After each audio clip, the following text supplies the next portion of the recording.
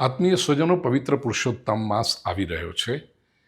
આખા મહિનામાં બૃહન નારદીય પુરાણ અંતર્ગત પુરુષોત્તમ માસના મહાત્મ્યની એક દિવસની કથા, એક અધ્યાય રોજ તો તમને સાંભળવા મળશે જ આ પૂજ્ય શ્રીભાઈ યુટ્યુબ ચેનલ પર.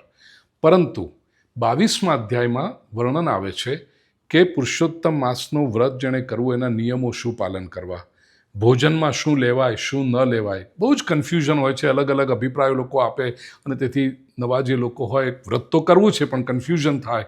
એ બધા જ તમારા કન્ફ્યુઝન દૂર કરવાનું સ્પષ્ટ શાસ્ત્રના આધારે જે સૂચનાઓ છે એ આપને મળશે આ અધ્યાયમાં.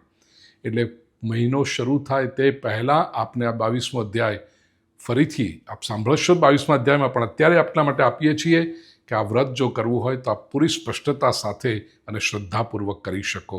આજનો વિડીયો બરાબર ધ્યાનથી સાંભળજો અને તમારે કયું વ્રત કરવું છે એનો નિયમ તમે લઈ લેજો. આપના બધા જ મિત્રોને, સ્વજનોને બધા ગ્રુપમાં પણ આ વિડીયો ફોરવર્ડ કરજો કે જેથી એ લોકો પણ વેલ ઇન એડવાન્સ પુરુષોત્તમ માસમાં કયું વ્રત લેવું, શું ભોજન કરવું, શું ન કરવું એ પણ સમજી લે અને એમને પણ જો વ્રત કરવાનું મન થાય તો આંગળી ચિંધ્યાનું પુણ્ય તમને પણ પ્રાપ્ત થાય. આપના આ વ્રતના નિયમો લો, ભગવાન શ્રી કૃષ્ણની કૃપાના અધિકારી આપ સૌ બનો, એ જ સદભાવના સાથે. જય શ્રી કૃષ્ણ. શાંતાકારમ ભુજગશયનમ પદ્મનાભં સુરેશમ વિશ્વાધારં ગગનસદૃશં મેઘવર્ણં શુભાંગં લક્ષ્મીકાન્तं કમલનયनं યોગિભિર્ધ્યાનગમ્યં વંદે વિષ્ણું ભવભયહરં સર્વલોકૈકનાથમ. આત્મીય સ્વજનો, પુરુષોત્તમ માસનું મહાત્મ્ય બૃહન નારદીય પુરાણ અંતર્ગત આજે 22મો અધ્યાય ખૂબ ધ્યાનથી સાંભળજો. અત્યંત મહત્વની વાતો જાણવા જેવી છે, આચરણમાં મૂકવા જેવી છે.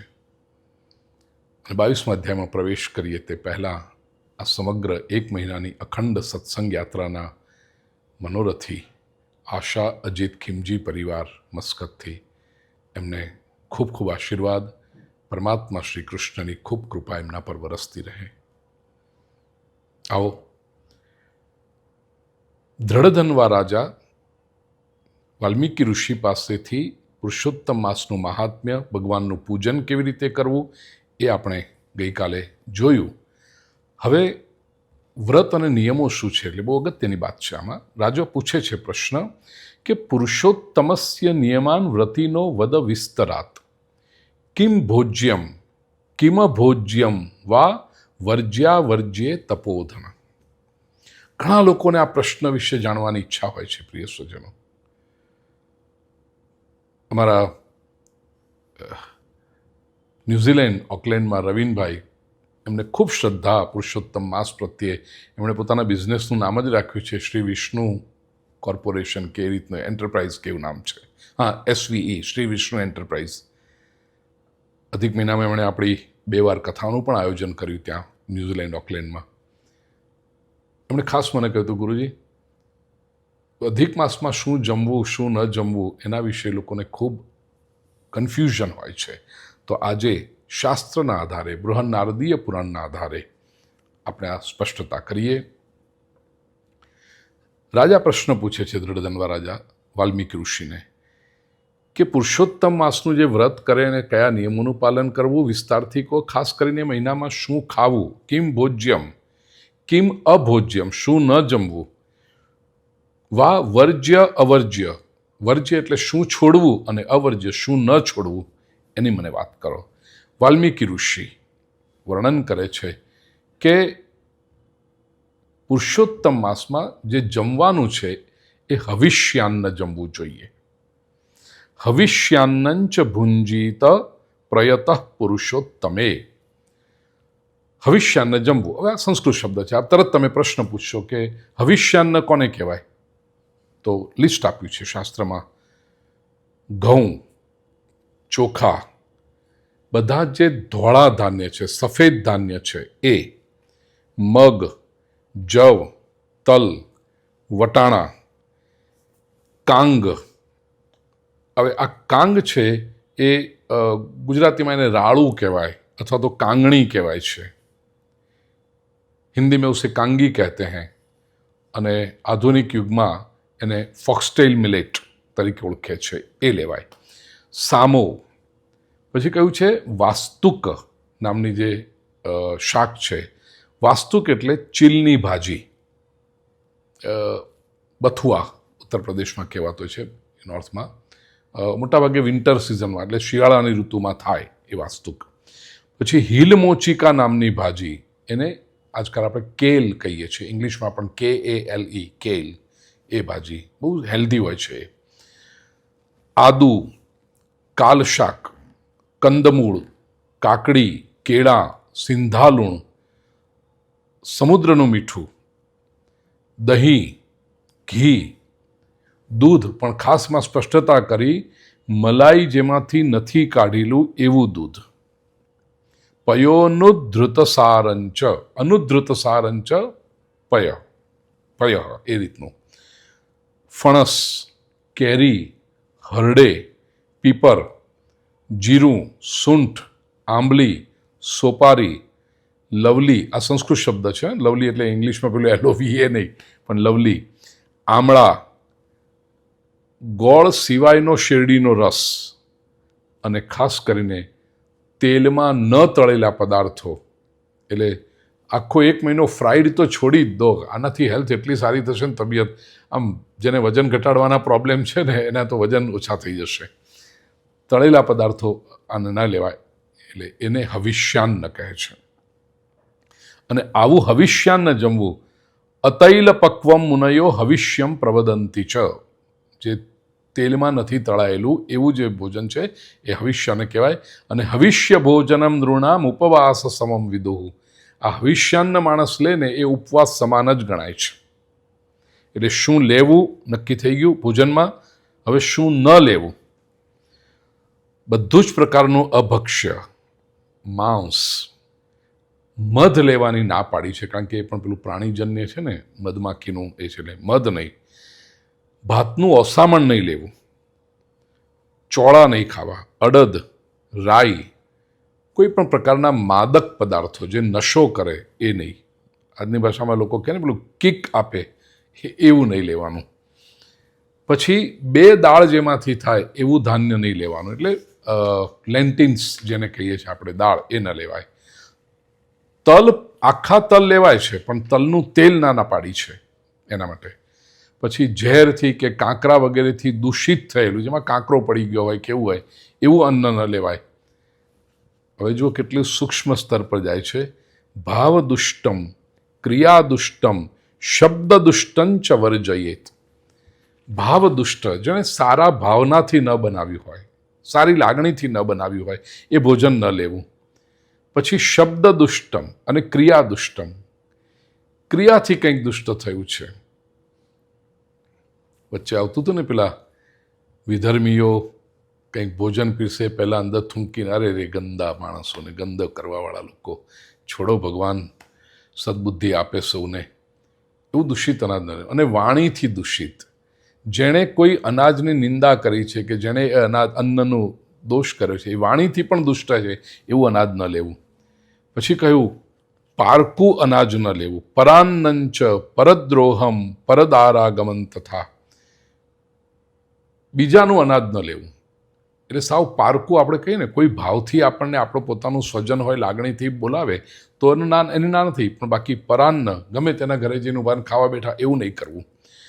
પરાન્ન, પરદ્રોહ નહીં કરવો, બીજાનો દ્રોહ નહીં કરવો. અને પરદારાગમમ, પરસ્ત્રી સાથેનું સેવન ગમન નહીં કરવું. ત્યારબાદ તીર્થે વિના પ્રયાણંચ પરદેશે પરિત્યજેત, જ્યાં તીર્થ ન હોય એવા પરદેશમાં નહીં જવું. જોકે અમે ભાગવતની કથા કરવા માટે, પ્રવચનો માટે જઈએ ને, અમે તો જ્યાં જઈએ ત્યાં તીર્થ સર્જી લઈએ છીએ. પણ અન્ય હરવા ફરવા માટે, એમને મોજ મજા માટે બને તો અધિક માસ દરમિયાન પરદેશ ગમન કરવાનું ટાળવું. પુરુષોત્તમ માસમાં ખાસ કહ્યું છે પ્રિય સ્વજનો, દેવ વેદ દ્વિજાનાંચ ગુરુ ગો વ્રતિનાં તથા સ્ત્રીરાજ મહતાન નિંદામ વર્જયેત પુરુષોત્તમે. પુરુષોત્તમ માસમાં દેવોની કોઈ દિવસ નિંદા નહીં કરવી, વેદની નિંદા નહીં કરવી, બ્રાહ્મણની નિંદા નહીં કરવી, ગુરુની નિંદા નહીં કરવી, ગાયોની નિંદા નહીં કરવી, સાધુ સંન્યાસીઓ છે એની નિંદા નહીં કરવી, કોઈ સ્ત્રીની નિંદા નહીં કરવી, રાજાની નિંદા નહીં કરવી, અને જે સમાજના આદરણીય લોકો છે, મોટા માણસો છે, એમની પણ નિંદા ન કરવી જોઈએ. બીજું, શું ન ખાવું એમાં છે, શું ભોજન ન કરવું. માંસ જે પ્રાણીનું અંગ ગણાય છે એ નહીં લેવું.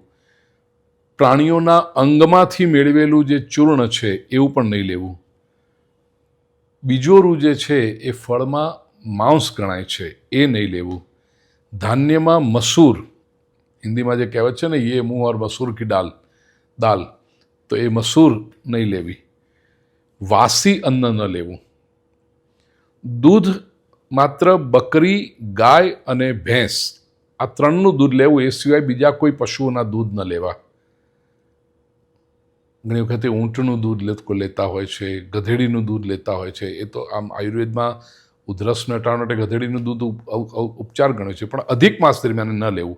સ્પષ્ટ લખ્યું, અજાગો મહિષો દુગ્ધાદ અન્યદ દુગ્ધાદિ ચામિષમ, એ ન લેવું. ત્યાર પછી બ્રાહ્મણોએ જે વેચ્યા હોય રસ એ નહીં લેવા.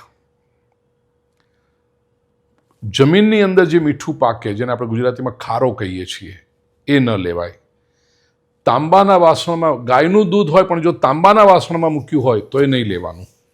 પછી પાણી હોય પણ ચામડાની, જૂના કાળમાં પેલા મશકમાં ભરીને પાણી લાવતા ચામડાને કોથળીમાં, એ ચામડાની કોથળીમાં જો પાણી ભર્યું હોય તો એ પાણી પણ નહીં લેવું. અને ખાસ આત્માર્થમ પાચિતમ ચાન્નમ આમિષમ તદ્બુધસ્મૃતમ, કેવળ પોતાના માટે જ રાંધેલું અનાજ હોય એને પણ માંસ કહ્યું છે, અભક્ષ્ય કહ્યું છે. અધિક માસમાં કેવલ એકલા માટે પોતે જ રાંધીને પોતે જ જમી લેવું ન કરજો. ભલે એક બે રોટલી બનાવો કે ભલે થોડુંક અન્ન પણ બીજાને માટે પણ બનાવી અને બીજાને આપો. પુરુષોત્તમ માસમાં બ્રહ્મચર્યનું પાલન કરવું, શક્ય હોય તો જમીન પર સૂવું. અધશય્યામ પત્રાવલ્યાંચ ભોજનમ, પત્રાવળીમાં ભોજન કરવું. ચોથો કાળ જે કહેવાય, એટલે સાંજ જ્યારે પડે એ વખતે ભોજન કરવું. મ્લેચ્છ, ચાંડાળ, વટલાયેલા લોકો હોય, કન્વર્ટ થયેલા લોકો કન્વર્ઝનમાં, પછી ધર્મભ્રષ્ટ હોય, સંસ્કારહીન હોય, બ્રાહ્મણોનો દ્વેષ કરતા હોય, વેદબાહ્ય લોકો હોય, આ લોકો સાથે પુરુષોત્તમ માસમાં બોલવું પણ નહીં. એ લોકોએ જે અન્ન જોયું હોય એ અન્ન ન લેવું. કાગડાએ જે એઠું કર્યું હોય એવું અનાજ ન લેવું, કે જળ પણ એવું નહીં, પાણી પણ એવું નહીં પીવું. સૂતકી જે હોય, જેના કોઈ સ્વજન ગુજરી ગયા હોય, એ ઘરનું અનાજ 12મા 13મા સુધી 16 દિવસ સુધી તો સૂતક ચાલતું હોય, તો એ ઘરનું અનાજ ન લેવું. એટલે સ્વાભાવિક છે ભાઈ કે પુરુષોત્તમ માસની અંદર બને ત્યાં સુધી બહુ નજીકના સ્વજન હોય અને તમે અવોઇડ ન કરી શકો તો વાત જુદી, નહીંતર 12મું 13માનું જે ખાવાનું ભોજન હોય છે એ પણ પુરુષોત્તમ માસમાં તો ખાસ અવોઇડ કરવું. જે અન્નને 2 વાર રાંધવામાં આવ્યું છે, પ્રદેશના લોકો વારંવાર પેલું ફ્રીજમાં મૂકીને પાછું ઓવનમાં મૂકે, પરદેશમાં પાછું ઓવનમાં મૂકે, એવું નહીં કરવાનું. એક વખત જે અન્ન રાંધ્યું એ જ જમવાનું. એટલે ફ્રેશ ફૂડ, ફ્રેશલી કુક્ડ ફૂડ લેવું. દાઝી ગયેલું અનાજ, બળી ગયેલું હોય એ બધું નહીં ખાવું. હવે બહુ સ્વાભાવિક છે, આપ જાણો છો સાત્વિક ન ગણાય એવું ડુંગળી, લસણ, ઓનિયન, ગાર્લિક ન લેવું. મોથ એટલે મોથા ઘાસ જે કહેવાય છે ને, ગુજરાતીમાં પણ મોથા ઘાસ કહેવાય છે, હિન્દીમાં એને મુસ્તા, સંસ્કૃતમાં પણ શબ્દ છે મુસ્તા, અને ઇંગ્લિશમાં એને કહેવાય છે સાયપેરસ રોટુન્ડસ, એ નહીં લેવું. બિલાડીની ટોપ એટલે મશરૂમ ન લેવાય, હું તો આમે ક્યારેય નથી લેતો મશરૂમ. સવાની ભાજી નહીં લેવાની, ગાજર નહીં લેવાનું, અળવીના પાન નહીં લેવાના, મૂળા નહીં ખાવાના, સરગવાની શીંગ, ડ્રમસ્ટિક, મોરિંગા જે એ નહીં લેવી. પુરુષોત્તમ માસમાં ન ખવાય. આમ તો સારી છે સ્વાસ્થ્ય માટે, પણ પુરુષોત્તમ માસમાં ન લેવાય. વિષ્ણુ ભગવાનને પ્રસન્ન કરવાને માટે આ સમય દરમિયાન કૃચ્છ ચાંદ્રાયણ વગેરે જે મંત્રો તમે જે વ્રતો કરી શકો એ કરવા. વિશેષ કરીને કહ્યું છે એકમને દિવસે કોળું નહીં લેવું, બીજને દિવસે સફેદ રીંગણ, ત્રીજને દિવસે પુષ્પ શાક, ચોથે દિવસે મૂળા, ચોથને દિવસે શુદ્ધ અને વધ બંનેમાં, પછી પાંચમને દિવસે બીલું નહીં ખાવાનું, છઠને દિવસે કાળીંગડા, સાતમને દિવસે કોઈ પણ ફળનું શાક નહીં બનાવવાનું. જોઈ ઘણા લોકો પેરુનું શાક બનાવે કે વોટરમેલનનું શાક બને છે, ખબર નહીં, અમારો પ્રોશાંત એવું કહે છે. પણ ફળના શાક જે બને એ સાતમને દિવસે, સુદ સાતમ અને વદ સાતમ બંને દિવસે અવોઇડ કરવા. આઠમને દિવસે આમળા, નોમને દિવસે નાળિયેર, દશમને દિવસે દૂધી, એકાદશીને દિવસે પંડોળા, 12ને દિવસે બોર, 13ને દિવસે કાળા રીંગણા, 14ને દિવસે વેલાના જે શાક હોય એ બધા અવોઇડ કરવા. અને પૂનમને દિવસે પાણીમાં જે શાક થતા હોય એ છોડવાના છે. અને એક વાત આમાં ખાસ કહી કે રવિવારને દિવસે કોઈ દિવસ આમળા, પુરુષોત્તમ માસમાં તો નહીં જ નહીં, પણ અમસ્તા પણ રવિવારને દિવસે આમળાનો ત્યાગ કરવો. જે મનુષ્ય ભગવાન પુરુષોત્તમને, ઘણા લોકો કહે છે ને કે આખો મહિનો અમુક નહીં ખાઈએ આપણે, એવું પણ લોકો સંકલ્પ કરતા હોય છે. તો જે પદાર્થનો તમે ત્યાગ કરો પુરુષોત્તમ માસમાં, પુરુષોત્તમ માસ પૂરો થાય પછી જે તમે ત્યાગ કર્યો છે વ્રત લઈને, બ્રાહ્મણને એ પદાર્થનું દાન કરો એ વસ્તુનું, અને પછી તમે પાછું શરૂ કરી શકો. દાખલા તરીકે કોઈ કેમ નક્કી કરે કે મારે આખા પુરુષોત્તમ મહિના દરમિયાન કેરી નથી ખાવી. જુઓ, કેરીનો ના નથી, બાદ નથી કયો. પુરુષોત્તમ માસ દરમિયાન તમે કેરી ખાઈ શકો, પણ કોઈક વ્રત માટે સંકલ્પ કરે કે મારે આખો પુરુષોત્તમ મહિનો કેરી નથી ખાવી, તો પુરુષોત્તમ માસ પૂરો થાય પછી બ્રાહ્મણને કેરીનું દાન કરી અને પછી તમે પાછું એને કેરી ખાવાની શરૂઆત કરી શકો છો.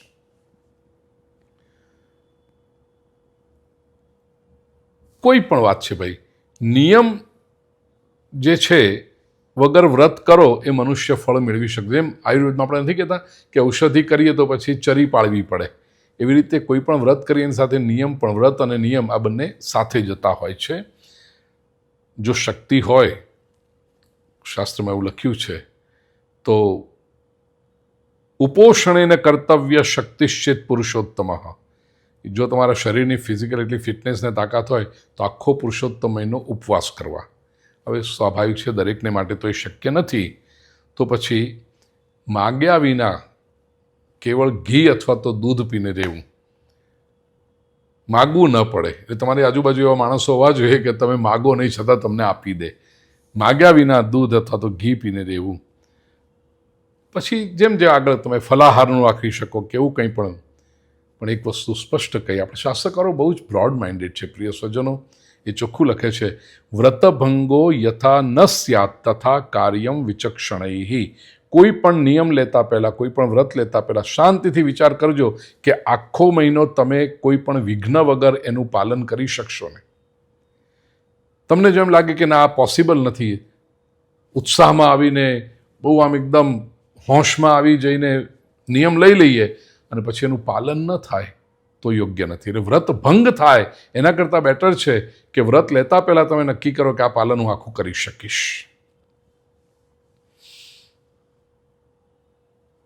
ઉપવાસસ્ય ચ નક્તસ્ય ચૈક ભુક્તસ્ય ભૂપતે એકંચ નિશ્ચયમ કૃત્વા વ્રતમેતત્ સમાચરેત. ઉપવાસનો નિયમ લઈ શકાય, કાં તો માત્ર રાત્રે જમીશું એવો નિયમ લઈ શકાય, દિવસ દરમિયાન ગમે ત્યારે એક વખત ભોજન કરીશું નિશ્ચય કરી, જે પણ એક નિશ્ચય કરી અને પુરુષોત્તમ માસનું વ્રત કરવું.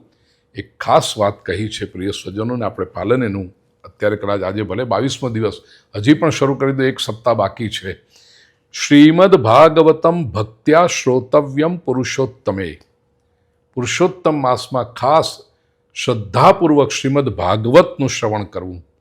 પૂજ્ય શ્રી ભાઈ યુટ્યુબ ચેનલ પર ઘણી બધી ભાગવત કથાઓ છે, ગુજરાતીમાં, હિન્દીમાં, જે કંઈ આપ નિયમ લઈ લો અને 7 દિવસ માટે ભાગવત કથાનું શ્રવણ કરવું. આખો મહિનો પણ સાંભળી શકાય તો બહુ સરસ છે. તત્પુણ્યમ વચસા વક્તુમ વિધાતા આપી ન શક્નુયાત, એવું લખ્યું છે. વિશ્વામિત્ર ઋષિ કહે છે કે પુરુષોત્તમ મહિનામાં જે ભાગવત કથાનું શ્રવણ કરે છે એનું ફળ તો વિધાતા પોતે પણ નથી કહી શકતા. અર્થાત ભાગ્ય દેવાવાળા જે છે વિધાતા, એ પણ એટલું બધું એનો મહિમા કરે છે. અને બીજું એવું કહ્યું, શાલિગ્રામાર્ચનમ કાર્યમ માસે શ્રી પુરુષોત્તમે તુલસી દલ લક્ષેણ તસ્ય પુણ્યમનંતકમ.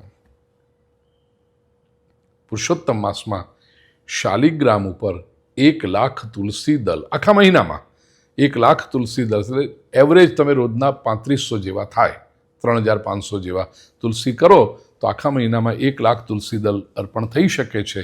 એનું પુણ્ય પણ અનંત છે. અને આવું જે વ્રત કરે, જેમ જંગલમાં સિંહને જોઈને બીજા બધા પશુઓ દૂર ભાગી જાય, એવી રીતે આ વ્યક્તિથી યમદૂતો પણ દૂર ભાગી જાય છે. 100 યજ્ઞ કરતાં પણ પુરુષોત્તમ માસનું વ્રત ઉત્તમ છે, કારણ કે યજ્ઞ કરીએ તો સ્વર્ગ મળે, પણ પુરુષોત્તમ માસનું જે વ્રત કરે ને તો ગોલોક પ્રાપ્ત થાય છે. ખરાબ સ્વપ્ન જોયું હોય, દરિદ્રતા હોય, મન વચન શરીરથી કંઈ દુષ્ટ કર્મ કર્યું હોય, પાપ થઈ ગયું હોય, આ બધું જ પુરુષોત્તમ માસનું વ્રત કરવાથી દૂર થાય છે. મનુષ્ય પુણ્યશાળી બને છે. એટલું જ નહીં, પુરુષોત્તમ માસનું વ્રત કરનારા લોકો જ્યાં જ્યાં વસે છે ને, એની આજુબાજુ પણ કોઈ ભૂત, પ્રેત, પિશાચ કે આવી કોઈ નેગેટિવ એનર્જી એની પાસે આવી જ શકતી નથી. તો અનન્ય ભાવથી, પરમ આદરથી ભગવાનને પ્રિય એવા પુરુષોત્તમ માસનું વ્રત કરે છે જે વ્યક્તિ, એ ભગવાનની સાથે જ આનંદથી રમમાણ કરે છે, રમે છે. પુરુષોત્તમે ન રમતે રસિકેશ્વરેણ. એ આટલું સુંદર મહિમા છે. આવતીકાલે ચિત્રબાહુ રાજાનું આખ્યાન, એક નવો પ્રસંગ શરૂ થવાનો છે, એના વિશે ચિંતન કરશું. પણ આજના માટે ઇતિ શ્રી બૃહન્નારદીય પુરાણે પુરુષોત્તમ માસ માહાત્મ્યે દૃઢધન્વોપાખ્યાને પુરુષોત્તમ વ્રત નિયમ કથનં નામ 22. શ્રીકૃષ્ણાર્પણમસ્તુ. કૃષ્ણાય વાસુદેવાય હરયે પરમાત્મને પ્રણતક્લેશનાશાય ગોવિંદાય નમો નમઃ. ઓમ શાંતિ શાંતિ શાંતિ.